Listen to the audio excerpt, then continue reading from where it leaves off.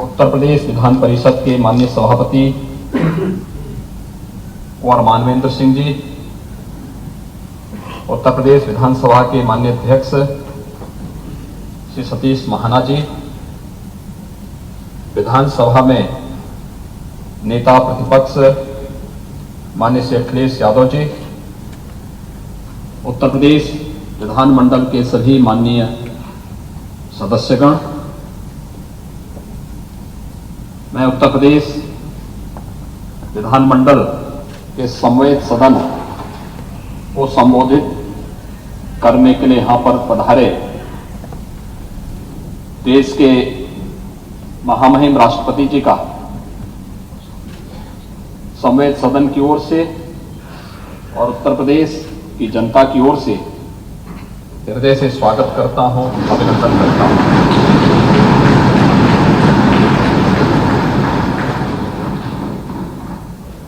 आजादी के अमृत महोत्सव वर्ष के उपलक्ष्य में आपने विधानमंडल की समवेत सदन को संबोधित करने के आमंत्रण को सहर्ष स्वीकार किया। इसके लिए आपके प्रति आभार भी व्यक्त करता हूं।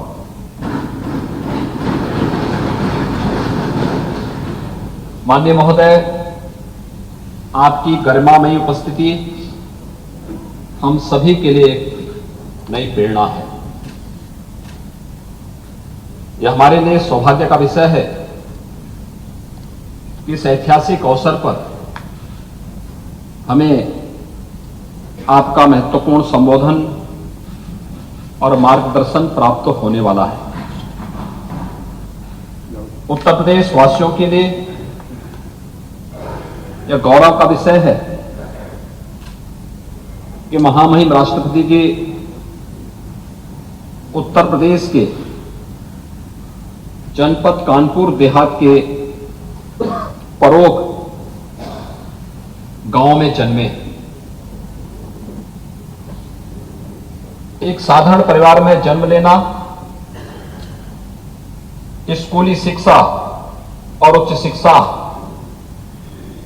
कानपुर नगर में लेने के पश्चात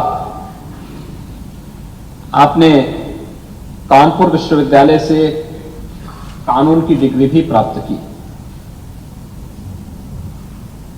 यह भारत के लोकतंत्र की ताकत है।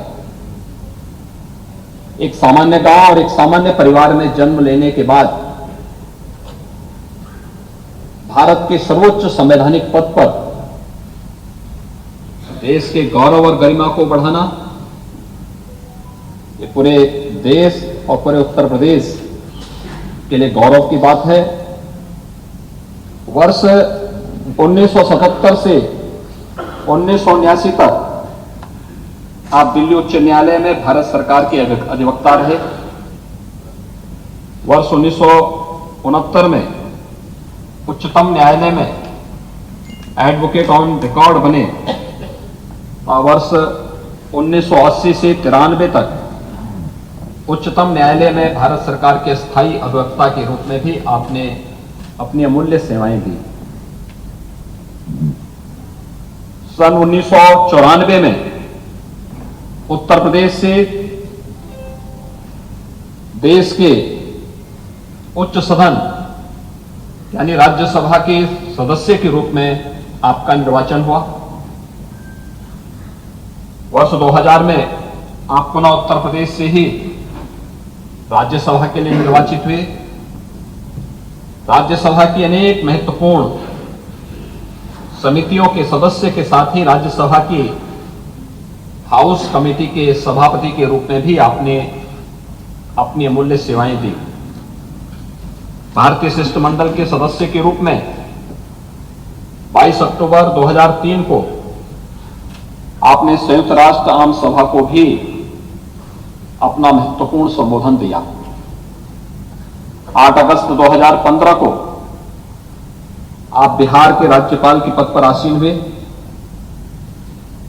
कुलाधिपति के रूप में आपने राज्य विश्वविद्यालयों के कामकाज के अनेक सुधार लागू किए तथा आधुनिक प्रौद्योगिकी का प्रयोग भी प्रारंभ किया।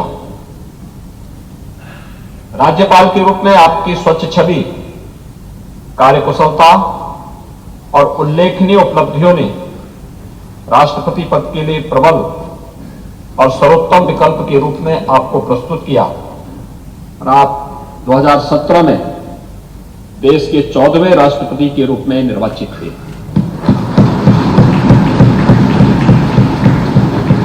देश के सर्वोच्च संवैधानिक पद को धारण करने वाले आप उत्तर प्रदेश के प्रथम राष्ट्रपति भी, भारत के प्रथम नागरिक के रूप में आपने भारत की ओर से शांति, प्रगति और भाईचारे का संदेश संपूर्ण विश्व को दिया। राष्ट्रपति के रूप में आपको Madagascar, Equatorial Guinea, Eswatini, Croatia, Bolivia और गिनी गणराज्य द्वारा वहां का सर्वोच्च राजकीय सम्मान भी प्रदान किया गया है। आदरणीय प्रधानमंत्री श्री नरेंद्र मोदी जी के यशस्वी नेतृत्व में सेवा, सुशासन और गरीब कल्याण के प्रति समर्पित 8 वर्ष पूर्ण हो रहे हैं। इन 8 वर्षों के दौरान देशवासियों के आत्मविश्वास में बढ़ोतरी हुई है। प्रत्येक क्षेत्र में बुनियादी सुविधाएं बढ़ी हैं। जरूरतमंदों तक बिना भेदभाव विकास और कल्याणकारी योजनाओं का लाभ पहुंचा है। अब भारत को एक नई वैश्विक प्रतिष्ठा भी प्राप्त हुई है। स्वाधीन भारत के इतिहास में पिछले 8 वर्षों का यह कार्यकाल बेमिसाल साबित हुआ है। आजाद भारत की 75वीं वर्षगांठ स्वतंत्रता के गौरवशाली इतिहास के पुनरावलोकन का एक अवसर भी है, जिसे पूरा देश आजादी के अमृत महोत्सव के रूप में मना रहा है। उत्तर प्रदेश को यह गौरव प्राप्त है तो इसकी धरती से ही सन 1857 में देश का प्रथम स्वतंत्र समर की शुरुआत हुई थी। इतिहास के पन्नों में आजादी के ऐसे भी नायक हैं जिन्हें हो सकता है उचित स्थान न प्राप्त हुआ हो, परंतु उनके योगदान को कभी विस्मृत नहीं किया जा सकता। माननीय प्रधानमंत्री जी ने देश को अमृत महोत्सव के 5 सूत्र दिए। ये सूत्र है आजादी की ऊर्जा का महोत्सव, यानी अमृत महोत्सव का मतलब आजादी की ऊर्जा का महोत्सव, स्वाधीनता सेनानियों से प्रेरणा का महोत्सव, नए विचारों का महोत्सव, नए संकल्पों का महोत्सव, आत्मनिर्भरता को प्राप्त करने का महोत्सव। ये 5 सूत्र आजादी की लड़ाई के साथ साथ आजाद भारत के सपनों और कर्तव्यों को देश के सामने रखकर आगे बढ़ने की प्रेरणा देंगे। आजादी का अमृत महोत्सव हमें आत्मावलोकन का अवसर दे रहा है। 2047 का भारत कैसा होगा, इसके लिए माननीय प्रधानमंत्री जी ने आगामी 25 वर्ष के कालखंड को अमृत काल निर्धारित करते हुए नवीन संकल्प के साथ नए लक्ष्यों को प्राप्त करने के लिए पूरे देश के नागरिकों को परिश्रम करने के लिए आह्वान किया है। इस अवसर पर याद करना आवश्यक होगा कि आजादी के इस आंदोलन की सबसे महत्वपूर्ण मांग अपने देश के लिए अपने कानून की थी। देश हमारा, लेकिन शासन अंग्रेजों का, इसलिए कानून भी उन्हीं का था।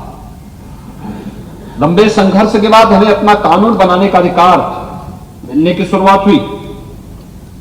यद्यपि हमें कानून बनाने का पूरा अधिकार नहीं मिला था, केवल शुरुआत हुई थी, जिसके दृष्टिगत राज्य स्तर पर विधानमंडल की स्थापना का मार्ग प्रशस्त हुआ और 5 जनवरी 1887 को विधान परिषद का गठन किया गया। उस समय उत्तर प्रदेश का उत्तर पश्चिमी प्रांत और अवध प्रांत के नाम से उत्तर प्रदेश को जाना जाता था। स्थापना के समय विधान परिषद का कोई निश्चित स्थान नहीं था।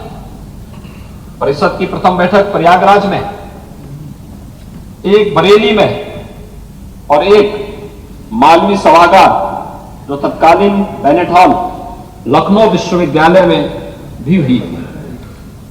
विधान परिषद की बैठकें प्रयागराज या लखनऊ के राजभवन में होती रही। कालांतर में लखनऊ में परिषद भवन निर्मित किया गया। यह भवन अब हमारा विधान भवन कहलाता है। वर्ष 1928 में यह भवन विधान परिषद का स्थायी स्थान बन गया। गवर्नमेंट ऑफ इंडिया एक्ट 1935 के अनुसार विधानमंडल द्विसदनीय हो गया। अब विधान परिषद का मंडप विधानसभा को दे दिया गया। वर्ष 1937 में अपने गठन के पश्चात विधान परिषद की प्रथम बैठक भी तत्कालीन विधान परिषद के एक समिति कक्ष में हुई थी। तत्समय ही विधान परिषद के लिए एक अलग मंडप का निर्माण भी प्रारंभ किया गया, जो सन 1937 में तैयार हो गया। महामना पंडित मदन मोहन मालवीय जी, पंडित गोविंद बल्लभ पंत जी, डॉक्टर ईश्वरी प्रसाद जी, पंडित मोतीलाल नेहरू जी, श्रीमती महादेवी वर्मा जी, डॉक्टर संपूर्णानंद जी, राष्ट्री पुरुषोत्तम दास टंडन जी, गणेश शंकर विद्यार्थी जी, आचार्य नरेंद्र देव जी जैसी विभूतियां उत्तर प्रदेश विधानमंडल के मान्य सदस्य रही हैं। देश के प्रधानमंत्री को शोभित करने वाले श्री लाल बहादुर शास्त्री जी, चौधरी चरण सिंह जी, श्री विश्वनाथ प्रताप सिंह जी भी इसी विधानमंडल के माननीय सदस्य रहे हैं। भारत के साथ शायद ही किसी राज्य के विधानमंडल में देश को 3-3 प्रधानमंत्री दिए हों। जनवरी 2013 में उत्तर प्रदेश विधानमंडल का उत्तर सती रजत जयंती समारोह आयोजित किया गया था। इस अवसर पर 8 जनवरी 2013 को तत्कालीन महामहिम राष्ट्रपति श्री प्रणब मुखर्जी जी ने विधानमंडल के पूर्व और वर्तमान मान्य सदस्यों को संबोधित किया था। उत्तर प्रदेश विधानमंडल अपनी स्थापना काल के पश्चात ही अनेक ऐतिहासिक घटनाओं का साक्षी रहा है, चाहे वह सामाजिक क्षेत्र हो, आर्थिक क्षेत्र हो, राजनीतिक क्षेत्र हो। उत्तर प्रदेश विधानमंडल ने प्रत्येक क्षेत्र में समय समय पर देश को एक नई दिशा और विभिन्न विधानमंडलों को एक मार्गदर्शन भी दिया है। जनता के कल्याण और प्रदेश की प्रगति की दिशा में नए मापदंड और आयाम भी स्थापित किए हैं। राष्ट्रपिता महात्मा गांधी की 150वीं जयंती के अवसर पर आहूत विशेष सत्र में पहली बार सतत विकास के लक्ष्यों पर लगातार दिन रात 36 घंटे की चर्चा भी देश के सामने एक चर्चा का विषय रहा। संविधान दिवस 26 नवंबर 2019 को संविधान को अंगीकार किए जाने की 70वीं वर्षगांठ पर विधानमंडल के विशेष सत्र में भी एक सार्थक चर्चा हुई थी। माननीय प्रधानमंत्री जी के नेतृत्व और मार्गदर्शन में स्वतंत्रता सेनानियों के सपनों के अनुरूप भारत का विकास वर्तमान में हो रहा है। इसके तहत उत्तर प्रदेश द्वारा विशिष्ट उपलब्धियां हासिल की गई हैं। नए भारत का नया उत्तर प्रदेश निरंतर आत्मनिर्भरता की ओर अग्रसर है। प्रदेश सरकार राज्य के समग्र विकास तथा गांव, गरीब, किसान, नौजवान, महिलाएं सहित समाज के प्रत्येक वर्ग के कल्याण के लिए पूरी प्रतिबद्धता के साथ कार्य कर रही है। सुदृढ़ कानून व्यवस्था से प्रदेश में विकास और निवेश का एक माहौल बना है। ईज ऑफ लिविंग का लक्ष्य प्राप्त किया जाना विभिन्न योजनाओं और कार्यक्रमों का केंद्र बिंदु है। राज्य सरकार के प्रभावी प्रयासों के परिणाम स्वरूप उत्तर प्रदेश आज केंद्र सरकार की 4 दर्जन विकास और जन कल्याणकारी योजनाओं में देश में प्रथम स्थान पर है। प्रदेश के युवाओं को रोजगार एवं नौकरी प्रदान करने और उन्हें सामर्थ्यवान बनाने के लिए राज्य सरकार कृत संकल्पित है। प्रदेश के औद्योगिक विकास के लिए विशेष प्रयास किए जा रहे हैं। उत्तर प्रदेश राष्ट्रीय पटल पर एक समर्थ प्रदेश के रूप में उभरा है। अब हमारा राज्य देश की दूसरी बड़ी अर्थव्यवस्था बनने की ओर अग्रसर है। वैश्विक महामारी कोविड-19 के दौरान जीवन और जीविका दोनों को बचाते हुए उत्तर प्रदेश में कोरोना का प्रभावी प्रबंधन भी किया गया। उत्तर प्रदेश के 18वीं विधानसभा में कई विशिष्ट रूप से मान्य सदस्य निर्वाचित हैं। अभी हाल ही में महामहिम राज्यपाल जी के भाषण एवं वर्ष 2022-23 के प्रदेश सरकार के बजट पर विधानमंडल के मान्य सदस्यों ने संसदीय परिपक्वता का परिचय देते हुए एक सारगर्भित चर्चा को आगे बढ़ाया। मुझे विश्वास है कि महामहिम राष्ट्रपति जी के संबोधन से मान्य सदस्यगण लाभान्वित एवं प्रेरित होंगे। महामहिम राष्ट्रपति जी का मार्गदर्शन और आशीर्वचन मान्य सदस्यों के संसदीय और विधायी जीवन की सफलता में एक मार्गदर्शक सिद्ध होगा। मैं आजादी की 75वीं वर्षगांठ एवं आजादी के अमृत महोत्सव वर्ष के उपलक्ष्य में उत्तर प्रदेश विधानमंडल के संवेद सदन में पधारने हेतु भारत के महामहिम राष्ट्रपति जी का पुनः हार्दिक अभिनंदन करते हुए उनके प्रति हृदय से आभार व्यक्त करता हूं।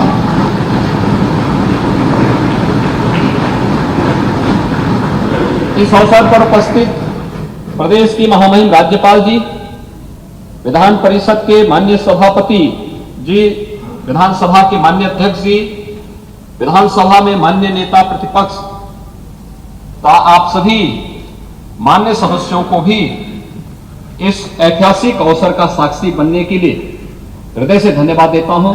जय हिंद।